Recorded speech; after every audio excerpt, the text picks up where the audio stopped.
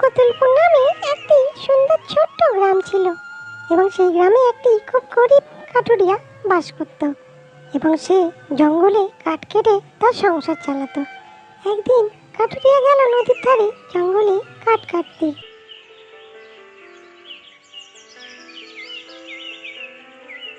জঙ্গলে এসে কাঠুরিয়া এক মনে কাঠ কাটতে লাগলো। কিছুক্ষণ পর কাঠুরিয়ার কুঠারটি কাঠ কাটতে কাটতে তার হাত থেকে নদীর জলে পড়ে গেল। হায় হায় হায়, আমার কি হলো? আমার কুঠারটি জলের মধ্যে পড়ে গেল।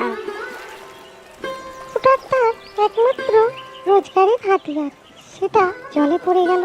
কাঠুরিয়ার কান্না শুনে নদী থেকে জলদেবতা উঠে এলো আর বলল, কি হয়েছে তোমার? অমন করে কাঁদছো কেন তুমি?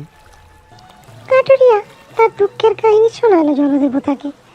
তাই শুনে জলদেবতা মনে করুণা হলো।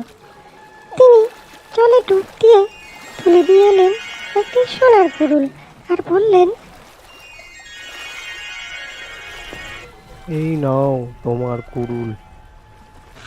কাঠুরিয়া বলল, আজ্ঞে না প্রভু, এটি আমার কুড়ুল নয়।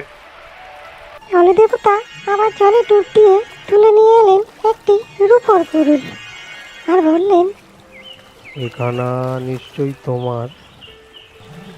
কাঠুরিয়া আবার বলল, না প্রভু, এটি আমার নয়। তখন জলদেবতা আবার জলে ডুব দিয়ে পরক্ষণে উঠে এলেন হাতে সেই কাঠুরের কুড়ুলটি নিয়ে। জলদেবতা বললেন, তাকিয়ে দেখো তো, এখানাও কি তোমার নয়? কাঠুরিয়া খুশিতে বলল, হ্যাঁ হ্যাঁ প্রভু, এটাই আমার কুড়ুল, লোহার কুড়ুল। কাঠুরিয়ার সততায় জলদেবতা মুগ্ধ হয়ে তাকে বললেন, আমি তোমার সততা দেখে মুগ্ধ হয়েছি। এই নাও।